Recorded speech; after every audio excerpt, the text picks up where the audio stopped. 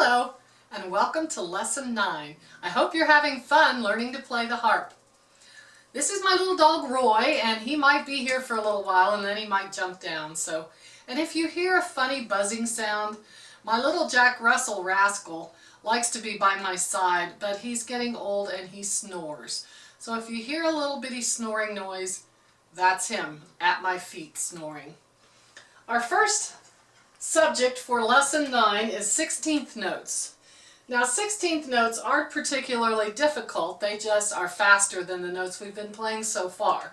Okay, we have a whole note which gets 1 and 2 and 3 and 4 and in 4/4 time. We have half notes which get 1 and 2 and then 3 and 4 and. They get 2 counts each. Then we have quarter notes which get 1 count each, 1 and 2 and 3 and 4 and. Then we have our eighth notes which get a half a count each, and that's the reason we count 1 and 2 and 3 and 4 and. Now we're going to have 16th notes. Now they get half of what an eighth note gets. So they get a quarter of a count, 1/4 of a count. Now, in order to be able to count that out in a reasonable way, we added an E and an So you count 1 E and 2 E and 3 E and 4 E and You don't have to do that unless you have 16th notes in your measure. And once you get the feel for those, you'll be able to do that without any problem. This is all 16th notes, and you'll notice you have 1, 2, 3, 4, 5, 6, 7, 8, 9, 10, 11, 12, 13, 14, 15, 16 in a 4-count measure. Here I have mixed eighth notes and 16th notes. So an eighth note gets 1 E, and then your 2 16th notes, one gets the and, the other one gets the Then you have 2 more 16th notes, 2 E, and then you have an eighth note gets and then 2 more eighth notes. Oh, that's a quarter note, I'm sorry. So that gets 1 whole count, and then your eighth note gets 4 and. I'm looking at this sideways, so sometimes it's a little hard to see. So you can practice that line, and I've got the counting there for you. Here is some 16th notes. Now, it's really hard to count 1 E and a 2 E and a 3 E and a out loud, so you kind of count that inside your head, and you can count 1 and 2 and 3 E. That's kind of the way I do it when I'm counting to myself. So you have 4 16th notes, 1 and then 2 eighth notes, 2 and then a quarter note, 3 and another quarter note, 4 and. So you just count that out. It's all the notes that we've had before, and you should be able to come out even. If you don't come out even at the end of a measure, then you've counted something wrong. We're going to play this page together now so that you are sure about the 16th notes. I'm not going to count 1 E and a 2 E and a because that gets a little confusing just to hear me counting it. But you can count that in your head as we go. And we're going to stop after the first 2 lines because we have to use different fingers on our last line. But for now, on the first 2 lines, just your second finger. I'll give us a 1, 2, ready, play. 1, 2, ready, play. 1, 2, 3, 4. 1 and 2 and 3 and 4 and 1 and 2 and 3 and 4 and 1 and 2 and 3 and 4 and 1 and 2 and 3 and 4 and 1 and 2 and 3 and 4 and. Very good. Now we're going to play the last line together, and it does have some fingering, but if you don't get the fingering just right, that's okay. Just concentrate on the counting. Okay, here we go. 1, 2, 3, 4. 1 and 2 and 3 and 4 and 1 and 2 and 3 and 4 and 1 and 2 and 3 and 4 and. Very good. In order to use our 16th notes that we just learned, we're going to do a song called the Galway Piper. Galway is a town in Ireland on the west coast, and it's famous for its horse races. Okay, this song has lots of 8th notes and 16th notes. It kind of goes in rows up and down, so the fingering isn't too difficult. It does have a couple of crossovers, 1, 2, 3, 1, 2, 3, and I think there's a third page. Yes, it's a cross under this time, so be careful of that. You have 4, 3, 2, 1, and then just a 2, 1. And that's it. It also repeats. So this song starts back at the beginning, and we will play this song 2 times. We're ready to do the Galway Piper now. I forgot to mention it's in 2/4 time. So we're going to be counting 1 and 2 and 1 and 2 and. So when we get ready to play, I will give us a 1 and 2 and 1 and ready, play. And remember, we play this song through twice. 1 and 2 and 1 and ready, play.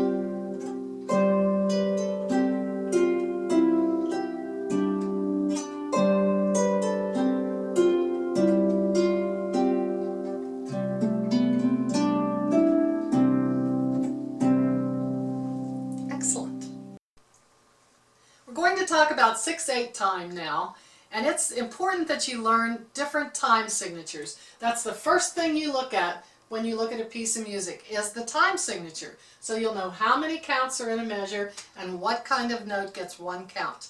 6/8 time is very common in Irish music as well. Okay, until now we've concentrated mostly on 4 being the bottom note, which means a quarter note gets a count. Now with 6/8 time, you have 6 counts in a measure, and an 8th note gets a count. So it goes 1, 2, 3, 4, 5, 6. 6/8 notes. Now that pushes a quarter note up to 2 counts. So in a 6/8 time, you'd have 3 quarter notes in a measure. 1, 2, 3, 4, 5, 6. A half note gets 4 counts, and a dotted half note gets all 6 counts. That makes a 16th note get a half a count. So it would be 1 and 2 and 3 and 4 and 5 and 6 and. And usually when you're counting 6/8 time, you go 1, 2, 3, 4, 5, 6, 1, 2, 3, 4, 5, 6. The emphasis is on the 1 and the 4. So we're going to try these and get this timing down, and then we'll do a couple of songs. Also up here I've written it down for you in case you need to study on that a little while. Okay, again we're just having the F. That's just an easy note to see on the staff. So let's try our 6/8 time. I'll give us 1, 2, 3, 4, ready, play. 1, 2, 3, 4, 5, 6. 1, 2, 3, 4, ready, play. 1, 2, 3, 4, 5, 6. 1, 2, 3, 4, 5, 6. 1, 2, 3, 4, 5, 6. 1, 2, 3, 4, 5, 6. 1 and 2 and 3 and 4 and 5 and 6 and 1 and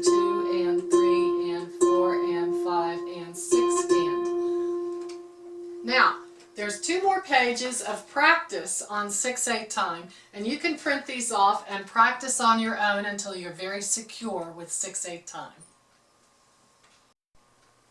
We're going to play Planxty Irwin now, and it's a nice Irish song in 6/8 time. It's written by Turlough O'Carolan, who is a very famous Irish harper. Also, by the way, when you play a Celtic harp, or a lever harp as it's also called, instead of being called a harpist, you're called a harper. So most of us watching these videos are harpers. That's a fact that not that many people know, and most people say I'm a harpist anyway. But you are a harper if you play a Celtic harp. It is Ireland's national instrument, and there's pictures of harps on their castles and all over Ireland.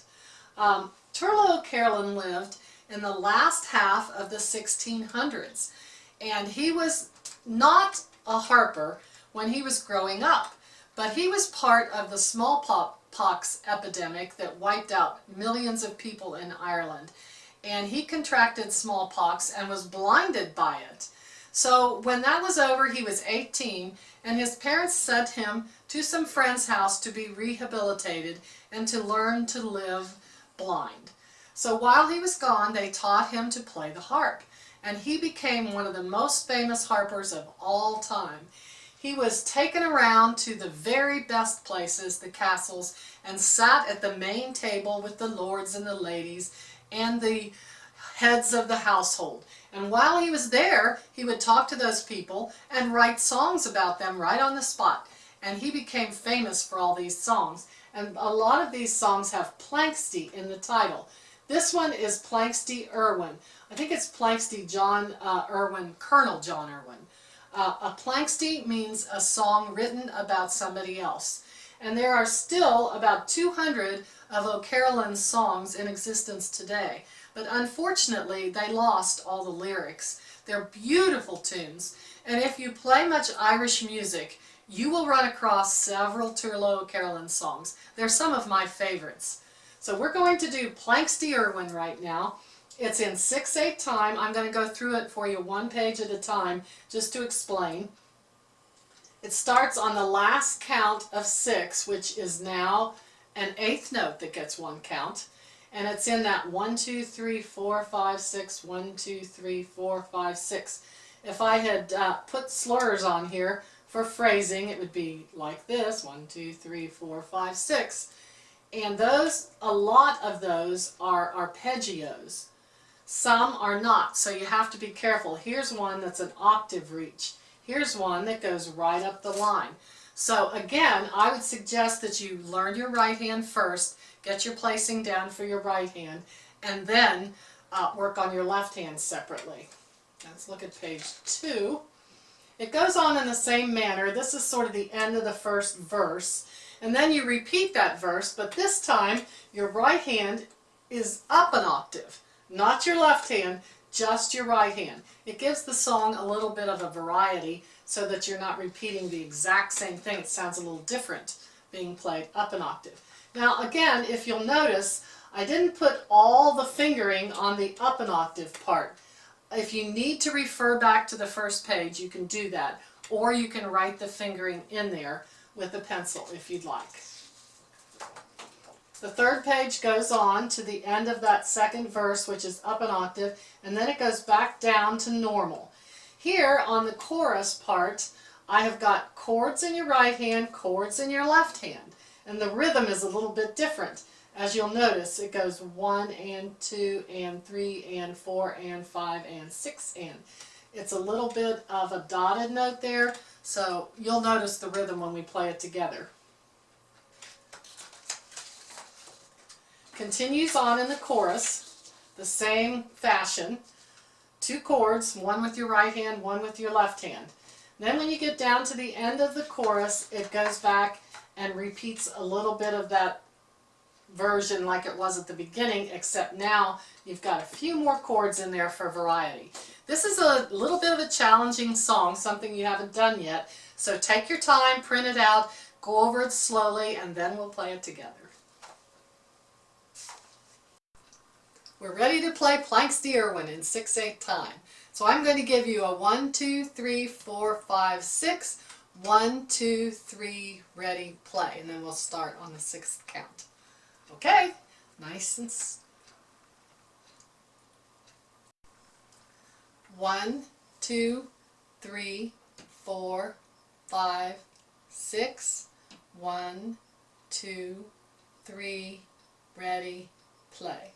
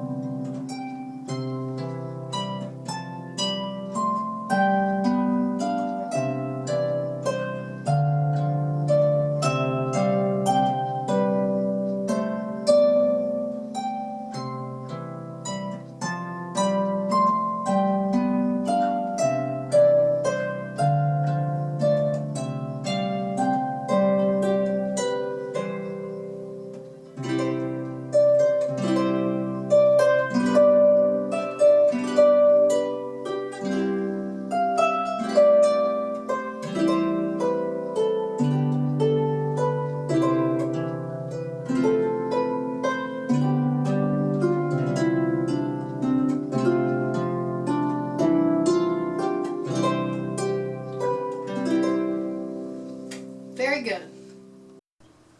The Garden Mother's Lullaby is a nice Irish lullaby in 6/8 time. So we're going to work on that one together now.